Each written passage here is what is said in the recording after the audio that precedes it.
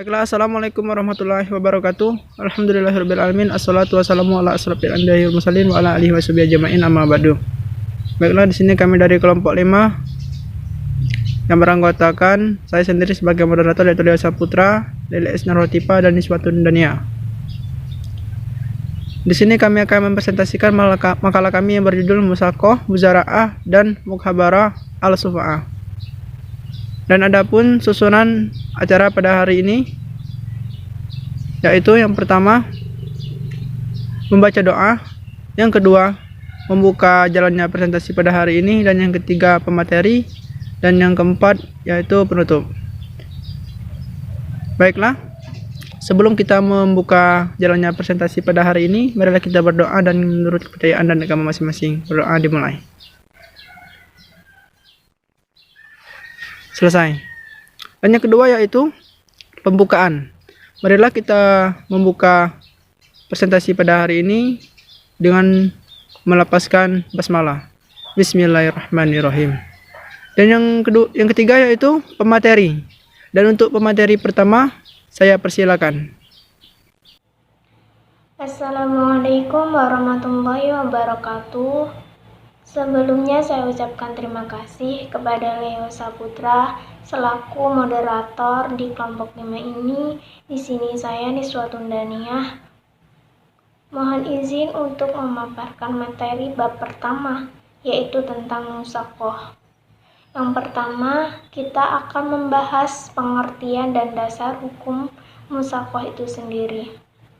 Nah, musaqah itu berasal dari kata al-saqah yang berarti seseorang yang bekerja pada pohon tamar, anggur, dan lain sebagainya dengan tujuan supaya mendatangkan kemaslahatan dan mendapatkan bagian dari hasil pohon yang dia garap sebagai imbalan. Nah, musaqah sendiri adalah akad atau perjanjian kerjasama di bidang pertanian, yang mana si penggarap diharuskan mengurus atau membersihkan pohon dan lain sebagainya, yang mana sifatnya memelihara perkebunan tersebut untuk menghasilkan buah, dan hasil dari panen tersebut akan dibagi menjadi 2.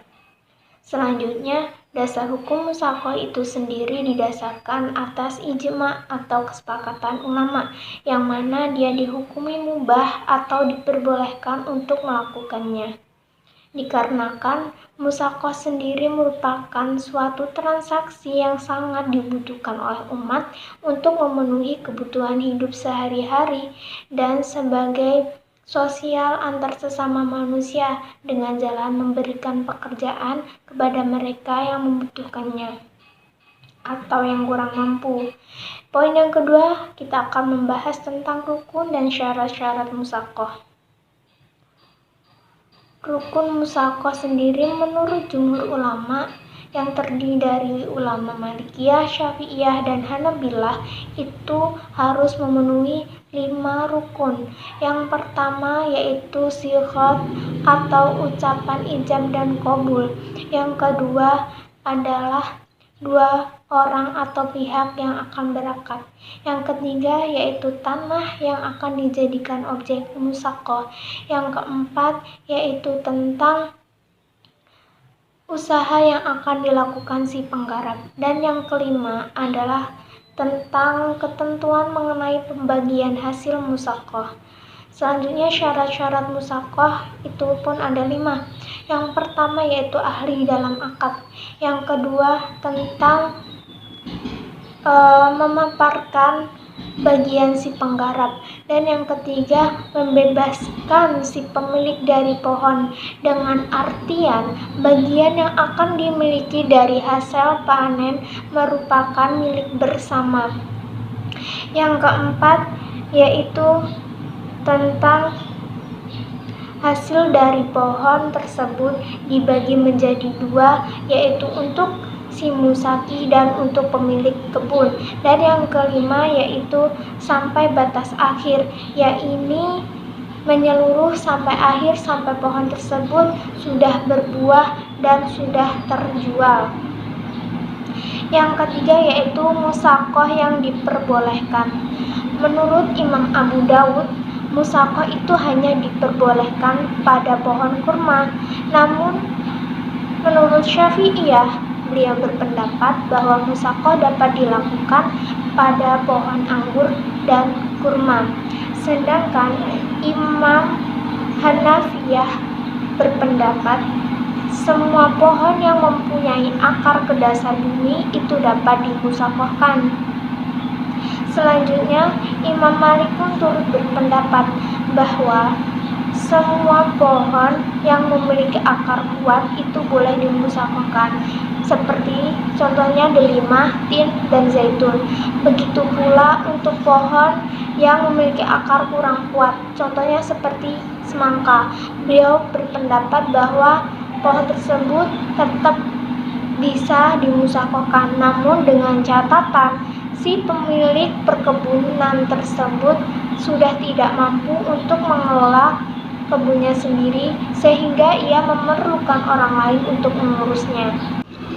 Selanjutnya, poin yang keempat yaitu tugas penggarap. Tugasnya ialah mengerjakan apa saja yang diperlukan pohon dalam mendapatkan buah. Begitu pula untuk pohon yang berbuah musiman, yang dimana dia memerlukan penyiraman, pembersihan, mengurus pertumbuhan pohon, dan lainnya. Adapun tugas musaki menurut Imam Nawawi adalah mengerjakan apa saja yang diperlukan pohon-pohon dalam rangka mendapatkan buah. Ditambahkan pula untuk pohon-pohon yang berbuah musiman, diharuskan untuk menyiram, membersihkan saluran air, mengurus pertumbuhan pohon, memisahkan pohon-pohon yang merambat, memelihara buah, dan pemeliharaan batangnya. Selanjutnya yaitu penggarap yang tidak mampu bekerja. Tidak selamanya penggarap mempunyai waktu untuk mengurus pohon-pohon yang ada di kebun. Ada kalanya terkadang penggarap mempunyai hal-hal yang bisa menghalanginya untuk mengurus kebun seperti sakit atau bepergian. Apabila penggarap tidak mampu mengerjakannya untuk mengurus kebun dikarenakan sakit atau bepergian, maka akad musaqah tersebut bisa fasakh atau batal.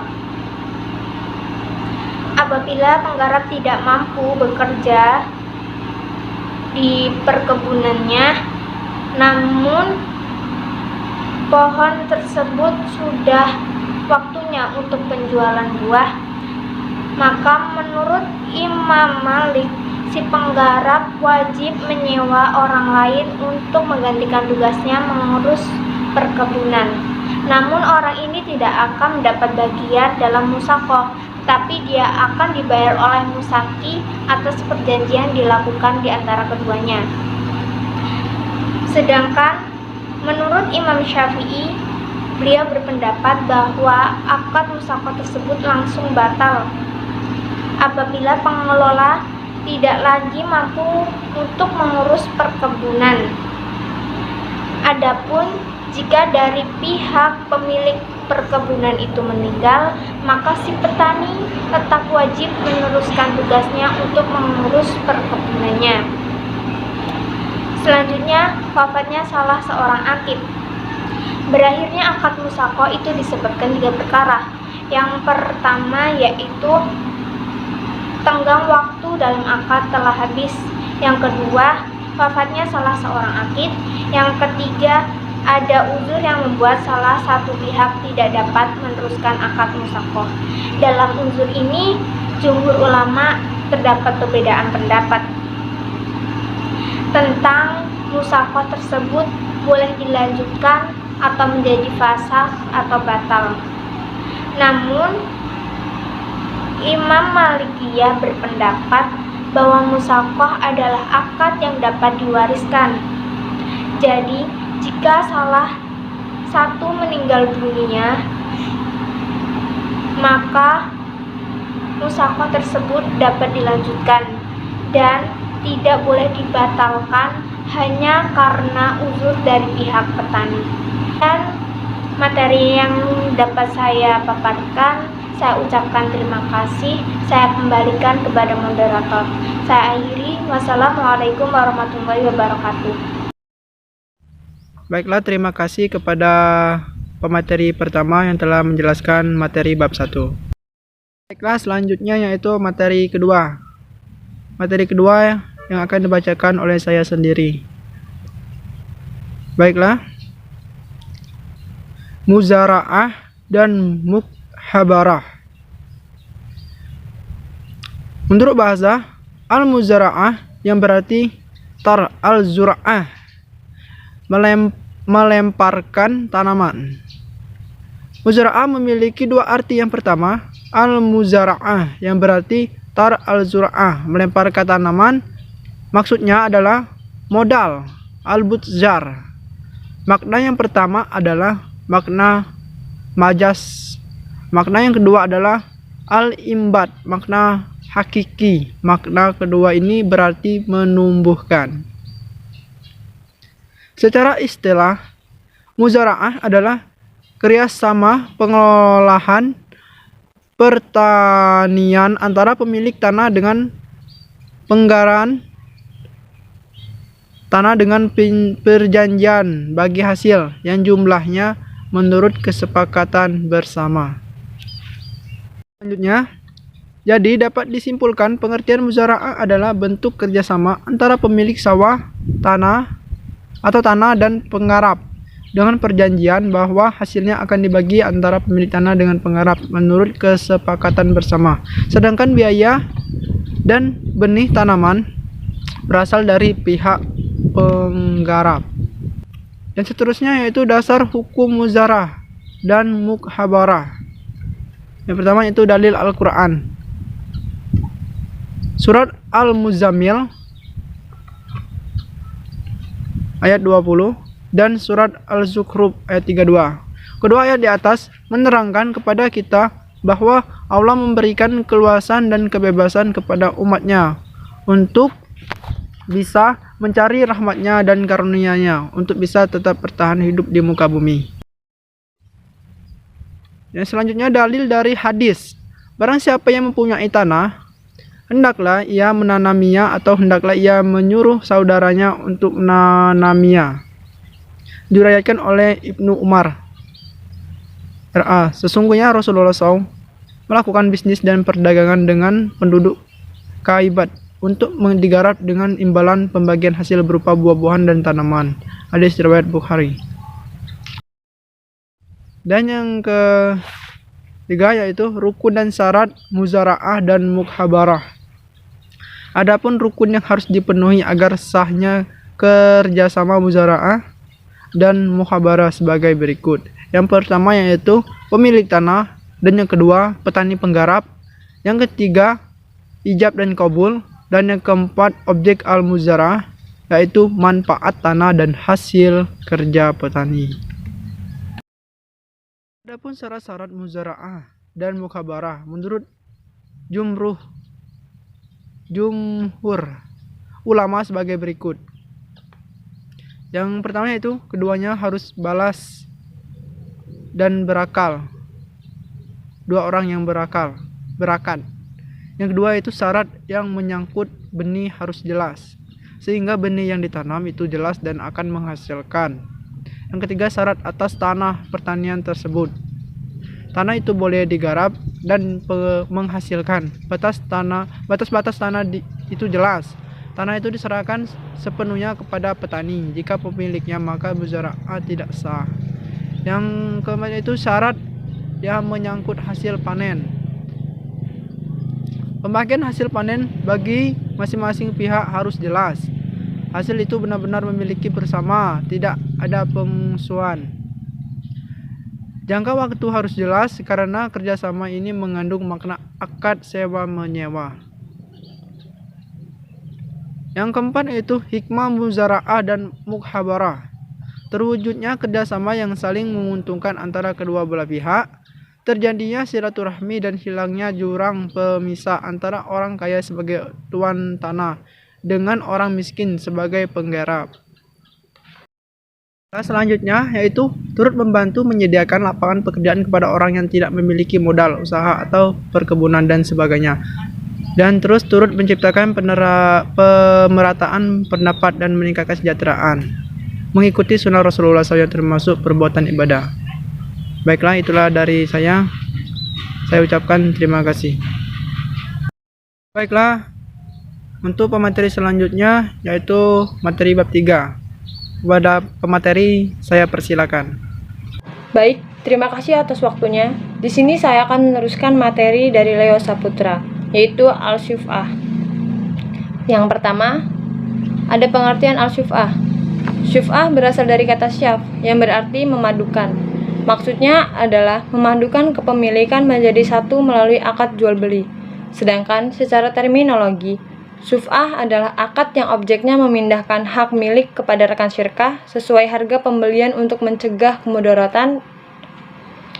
Dari semua definisi di atas, dapat dipahami bahwa yang dimaksud dengan syuf'ah adalah hak kepemilikan atas harta yang telah dijual oleh anggota persekutuan, tanpa adanya persetujuan sebelumnya dari anggota lain, kepada pihak lain dengan ganti rugi sebesar nilai yang telah dibayar oleh pihak lain atau pembeli tersebut, agar tidak terjadi kemudaratan di kemudian hari.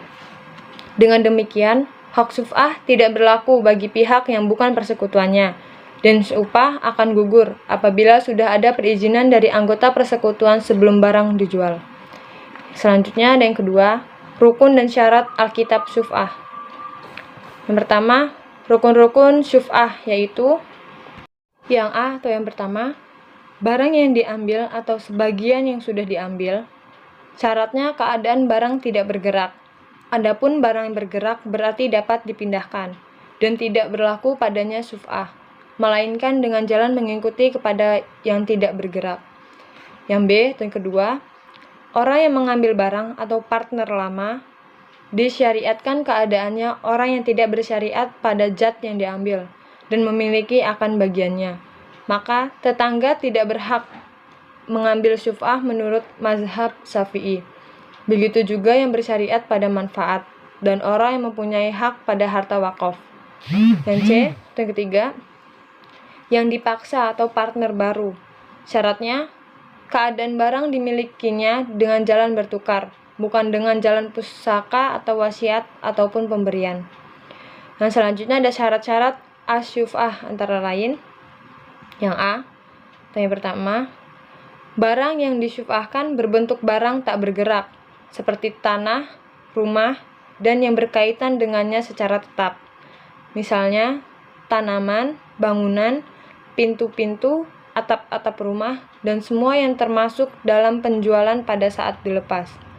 Yang B atau yang kedua, orang yang membeli secara syuf'ah adalah partner dalam barang tersebut, dan perkongsian mereka lebih dulu terjalin sebelum penjualan, dan tidak adanya perbedaan batasan antara keduanya, hingga barang itu menjadi milik mereka berdua secara bersamaan. Yang C atau yang ketiga, Syafi'i meminta dengan segera, maksudnya bahwa Syafi'i jika telah mengetahui penjualan, ia wajib meminta dengan segera. Jika hal itu memungkinkan, jika ia telah mengetahuinya, lalu mengulur waktu tanpa adanya halangan, maka haknya menjadi gugur. Yang D atau yang keempat, Syafi'i menyerahkan kepada pihak pembeli sejumlah harga sesuai yang telah diakadkan.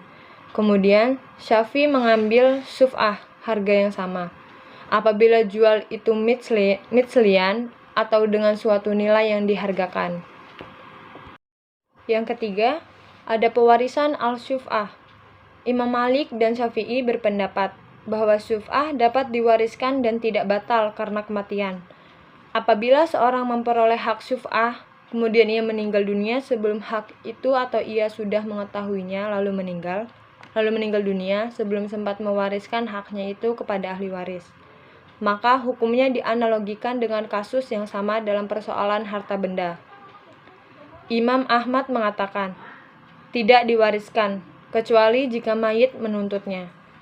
dan para pengikut mazhab Hanafi mengatakan bahwa hak ini tidak dapat diwariskan dan juga tidak dapat dijual sekalipun mayit menuntut syuf'ah, kecuali jika hakim telah memutuskannya dan kemudian ia meninggal dunia. Dan yang keempat, tindakan pembeli.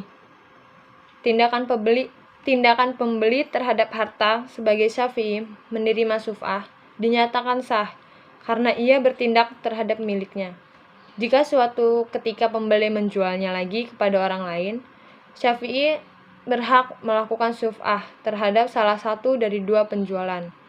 Jika pembeli harta mengibahkannya, mewakafkannya, menyedekahkannya, atau yang sejenisnya, Syafi'i kehilangan hak syuf'ahnya sebab pemilikan barang tersebut tanpa ganti. Terima kasih, hanya itu yang dapat saya sampaikan. Saya kembalikan kepada moderator. Baiklah, terima kasih kepada pemateri ketiga yang telah menjelaskan materi bab 3. Baiklah, itulah presentasi dari kelompok kami. Jika kepada teman-temannya ada yang ingin ditanyakan atau kurang jelas, bisa ditanyakan pada saat sesi pertanyaan dibuka nanti. Dan selanjutnya yaitu penutup. Marilah kita mengucapkan hamdalah. Alhamdulillahirabbil alamin. Itulah presentasi dari kelompok kami. Kami akhiri. Wassalamualaikum warahmatullahi wabarakatuh.